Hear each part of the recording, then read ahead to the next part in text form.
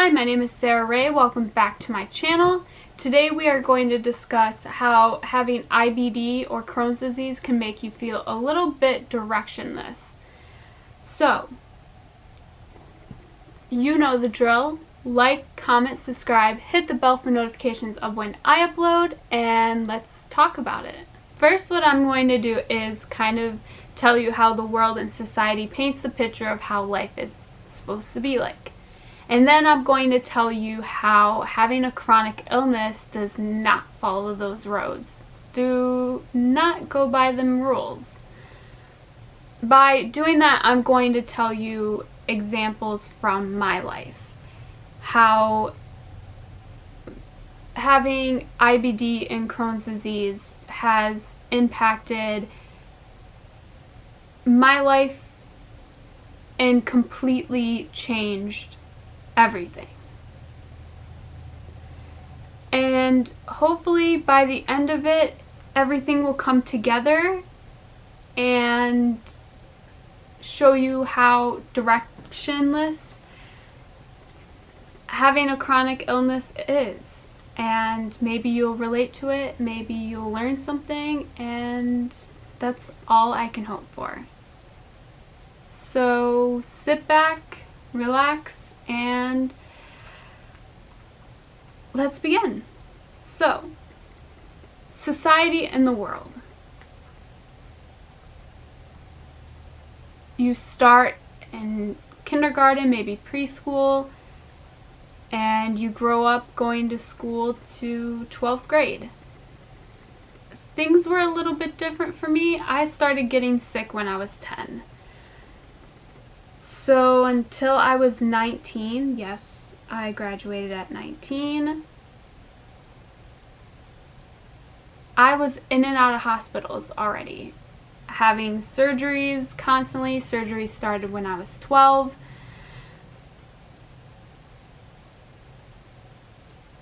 So I was already having a rough time, like not getting that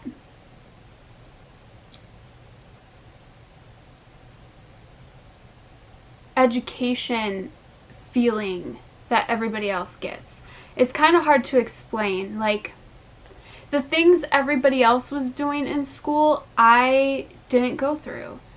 I wasn't involved in school dances. I didn't get the picture. I didn't care for them because you sit there and you're focused on something completely different. You, in hindsight, are fighting for your life. So things in school didn't really matter because you're focused on something completely different. And I started dating completely later in life because, again, you're focused on something completely different than everybody else.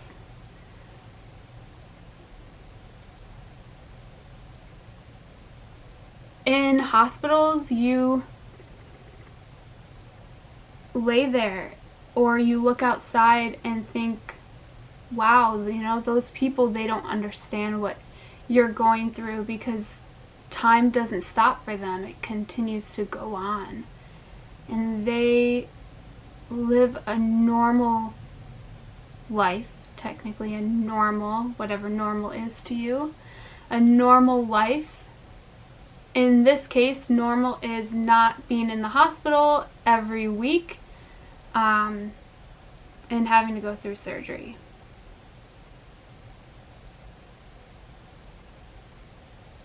In a hospital, time feels like it stops because you lay there and you wait for nurses, you wait for doctors, you wait for surgeries, for procedures, for medicine, for the next dose of antibiotics, and so on.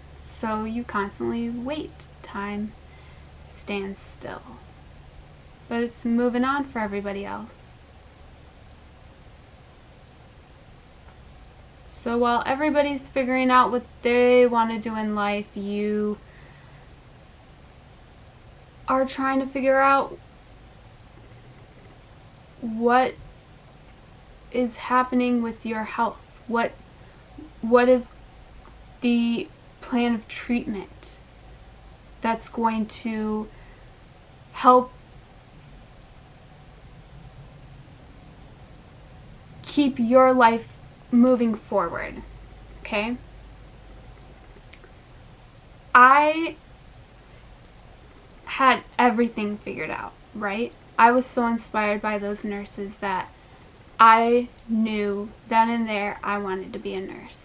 So my big plan was to go to RN school, go for my associates, that's a 2-year degree, work for 2 years, while working, go back for my 4-year degree, so my BSN, and go on to be a traveling nurse.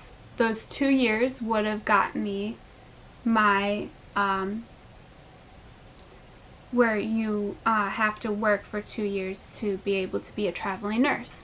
So I had everything planned up until I was 27. I had everything laid out, knew by what age I was going to do what, everything. But, like I said in the beginning, that's not how it works when you have a chronic illness. That's nope. You may think you have everything figured out, but your body says otherwise. So, I, in high school, went for my CNA. I took a class my junior and senior year and got my CNA, my Certified Nursing Assistant.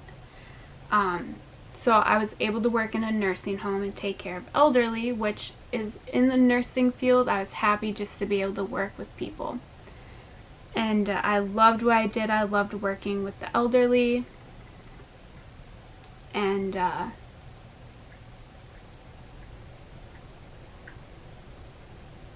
I went on to go to college. I only did 1 year of college. That's all my body really would let me do. So something about all this, about feeling directionless, about having a chronic illness, you know, you go through this, you constantly feel like you have to adjust. So, okay,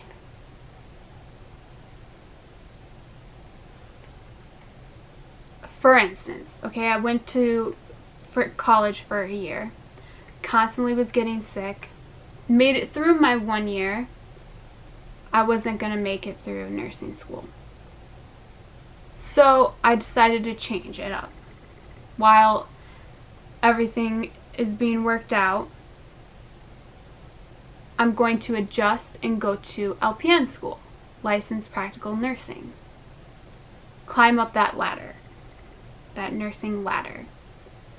So I was really excited to just be in the nursing field. That's it. That's all I want. No matter what part of nursing I'm in, that's just what I want. So, when you're chronically sick, you're constantly adjusting what you have to do in life. You no longer are on that path that the world and society tells people is what you are meant to do in life. Because you're constantly sick and constantly in the hospital, constantly have surgeries, procedures, you are zigzagging, you have to adjust. What's difficult about it is that feeling of being directionless, because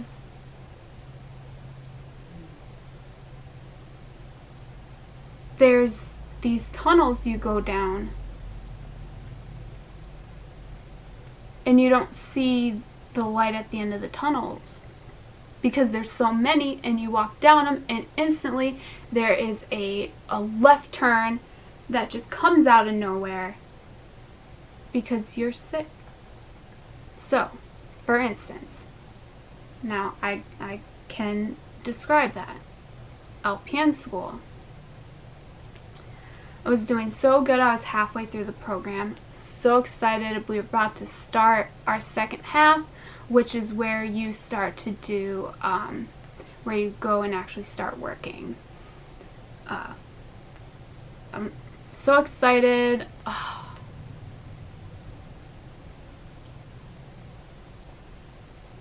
It hurts.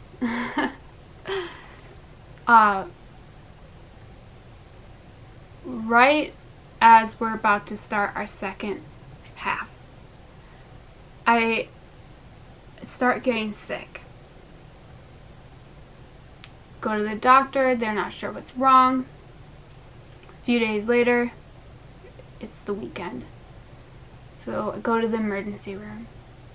Immediately, they're like, alright, there's something wrong.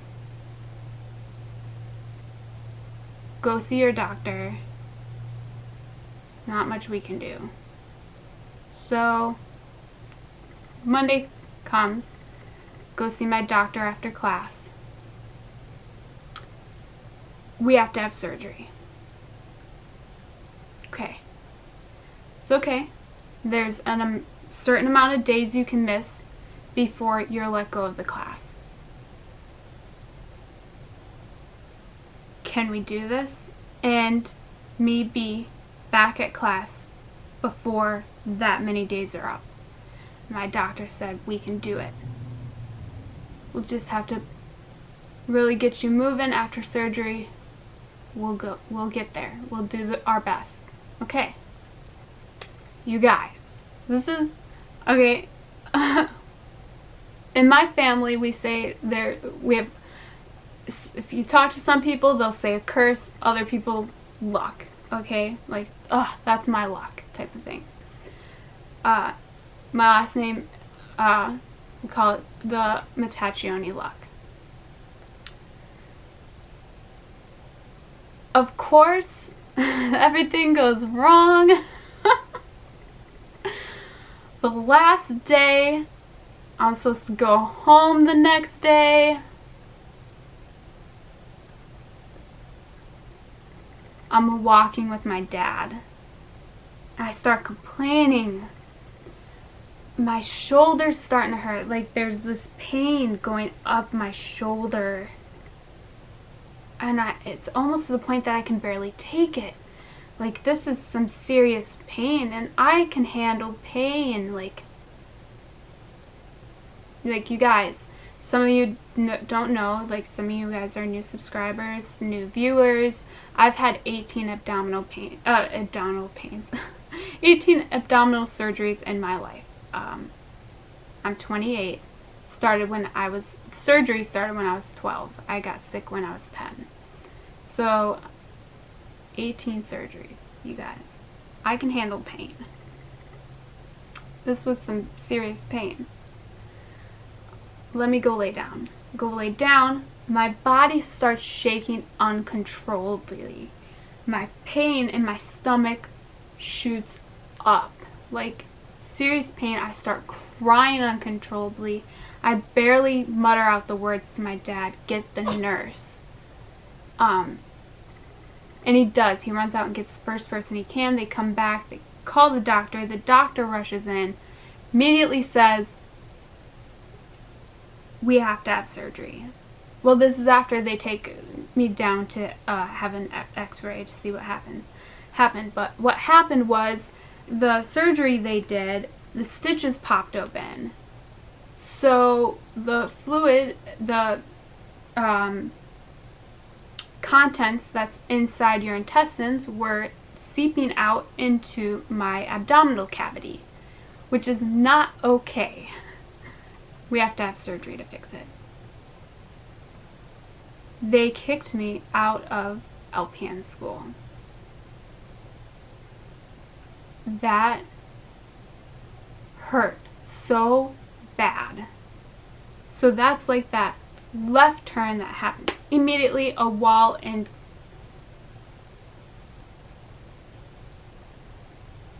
you have to adjust. That happens, things just constantly gets thrown at you, and you feel like you're wandering aimlessly. You start to feel guilty and inadequate, and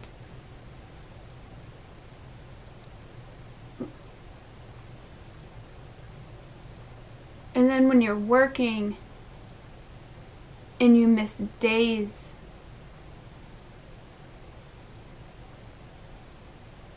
how are you supposed to provide for your family?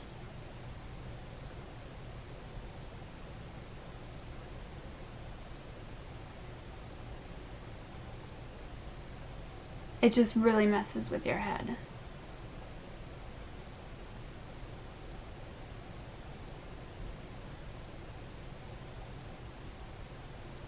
So we moved from New York to North Carolina.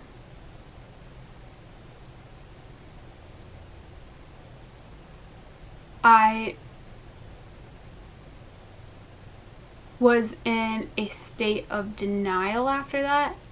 I really, really gave up. I just got angry.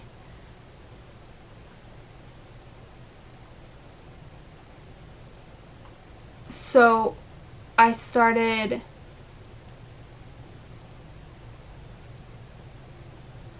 doing things that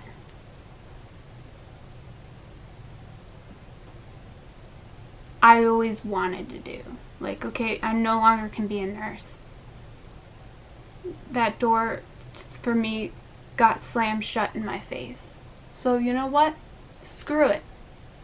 I'm going to grit my teeth, whatever comes my way when it comes to being sick, and do what I always wanted to do. Well, other things that I wanted to do. So I started training to be a wrestler. I always wanted to be a wrestler. And I tried jiu-jitsu. Loved that. And I was still in and out of the hospital. Still having problems. Yes, dumb decisions. I know it. You guys don't have to tell me. But it's like you get to a point where you're fed up with waiting for the other shoe to drop, with waiting and looking around the corner like, am I going to be sick tomorrow? Like,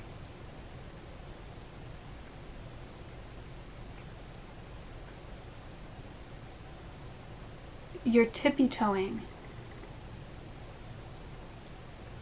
So I just jumped in. I quit. I quit having a chronic disease. I quit.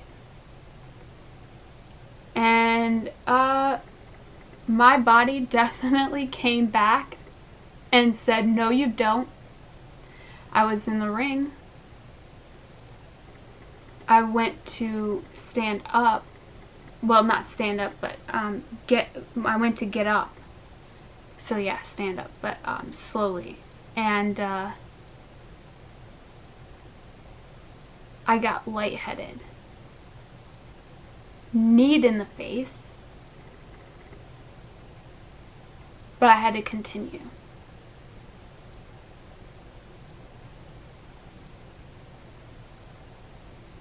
I'm going to tell you guys, of course, being a wrestler, I'm fine putting myself on the line.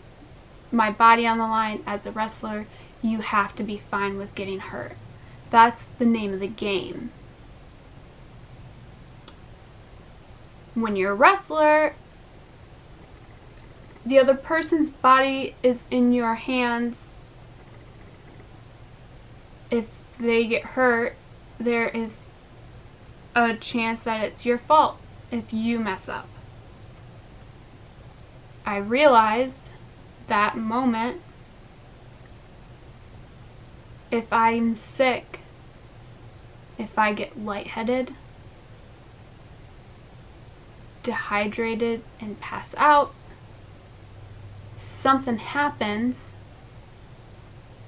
again, I'm fine if I get hurt, but I could hurt somebody else. And I'm not okay with that. So my body was like, hi, I'm still here. You're not doing that. Jiu-jitsu, I no longer could do that because people were not comfortable with me having a chronic illness, even though I did it for like 2 months. And it took them 2 months to realize I had a chronic illness and an ostomy. And they didn't understand that your bag just ain't gonna rip off unless if it's like starting to peel. Anyways, you're wearing I forget what they're called, the uniforms, and you're not supposed to grab it like this because your fingers you could break your fingers. They say that the first class. People are dumb. Anyways, sorry, side rant. Anyways,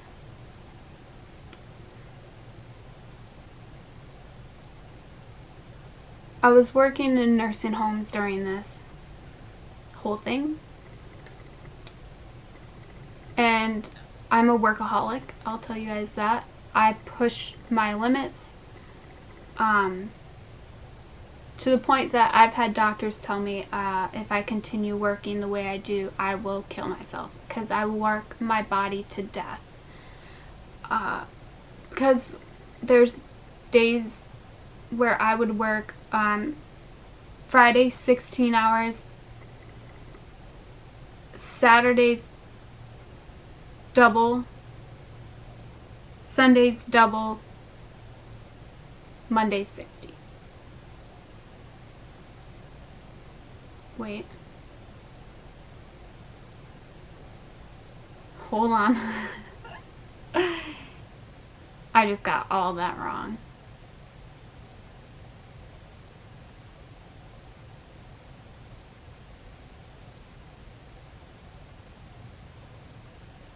$12 hours, 16, 16, 12.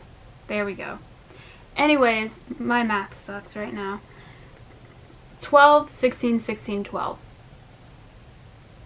And I would come home and barely be able to move because I would work my body so hard. And there'd be times when I'm working that I'd have to stop and not be able to move because my stomach would hurt so bad. And then it turned into there's just days I couldn't work. I'd have to call in. The reason I worked so hard like that, oh, and also I was PRN. In New York, I was full-time and part-time. When I moved to North Carolina, I was PRN, which is as needed. So the reason I worked like a full-time person was because I felt like if I worked hard and was the best, then when I needed to call in or was in the hospital or had to have surgery, they would be like, fine with it and be, oh, that Sarah girl, well, she works really hard, and then they wouldn't fire me or let me go. But that's not the case. I worked for an answering service that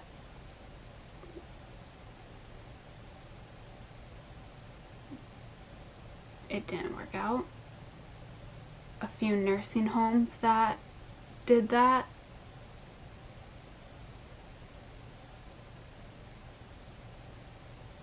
When you're sick and in the hospital constantly, jobs,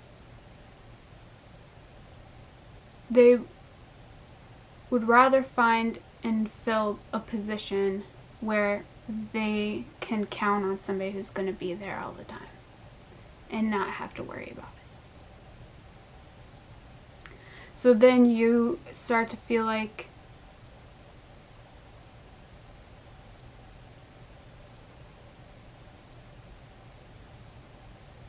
what can you do? There's nothing you can do. Because every job you're going to take, they're going to do the same thing. And that makes you more directionless, because where do you go from there?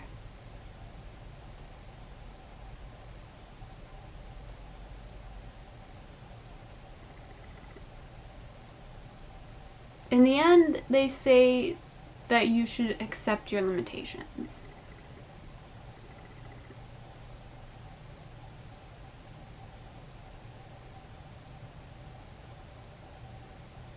That's hard for me to sit here and tell you guys, because I personally haven't made it there yet. And I keep it honest on this channel. But I am going to say, you know, we sit there and we fight aimlessly, constantly moving on and going through everything. We don't really sit and stop and think about what we're going through. We just,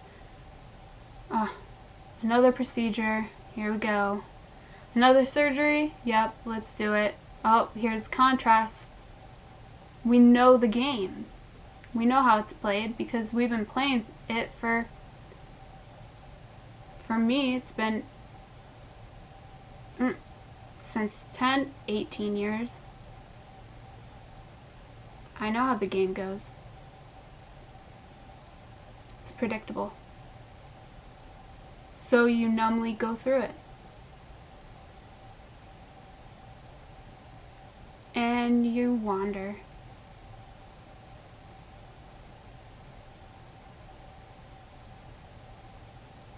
So to turn and accept what you're going through is difficult, because you become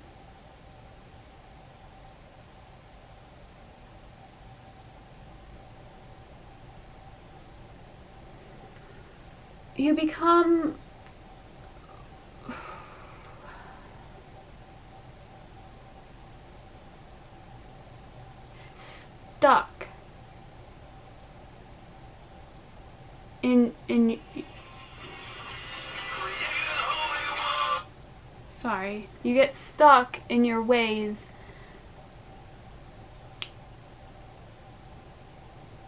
in looking around the corner to see what's gonna happen next, and you know, in those feelings and trying to get over those feelings are so difficult in itself, and you just, it's hard to move, it's hard to breathe, it becomes heavy, and it's a lot of weight on your shoulders. So to stop and accept your life, you almost don't want to, because then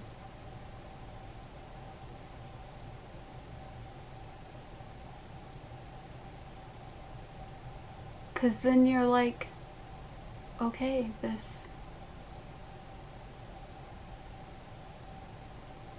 it's almost like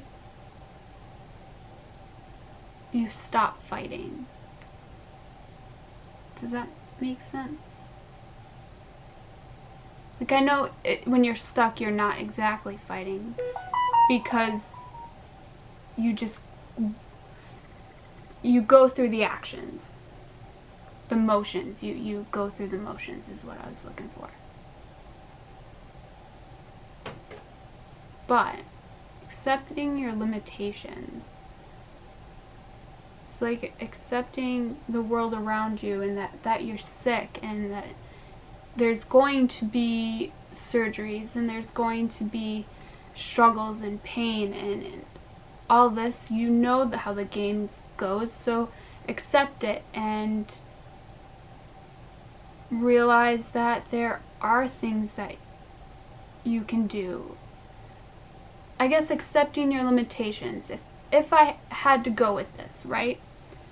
And I know when I get done saying this, you guys are going to be like, take your own advice. But I made peace with my illness, right? By becoming an advocate. I learned as much as I could about my illness, about Crohn's disease, about IBD in general. And I love sharing my knowledge with you guys, with my blog that I have, with just anybody who will listen. Just, I love it. But I also found another love, YouTube. You guys right here. Making reactions, that is so much fun, you know, sharing my knowledge on different topics and everything. That's accepting the fact that some days I can't get up and get out of bed. So sitting here on my bed talking to you guys is accepting my limitations, because I'm disabled and I can't work.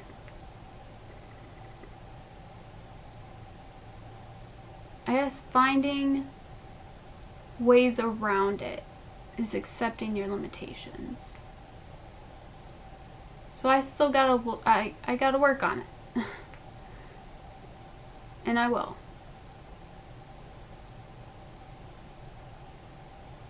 But it don't stop right now, the feeling of looking at people and wishing you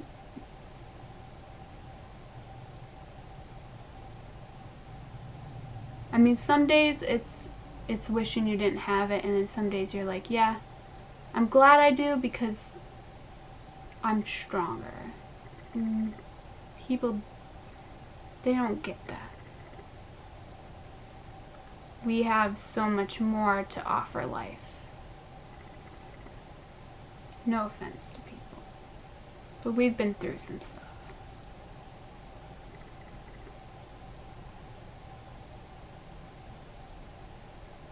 But I hope you guys, I hope it all in the end made sense.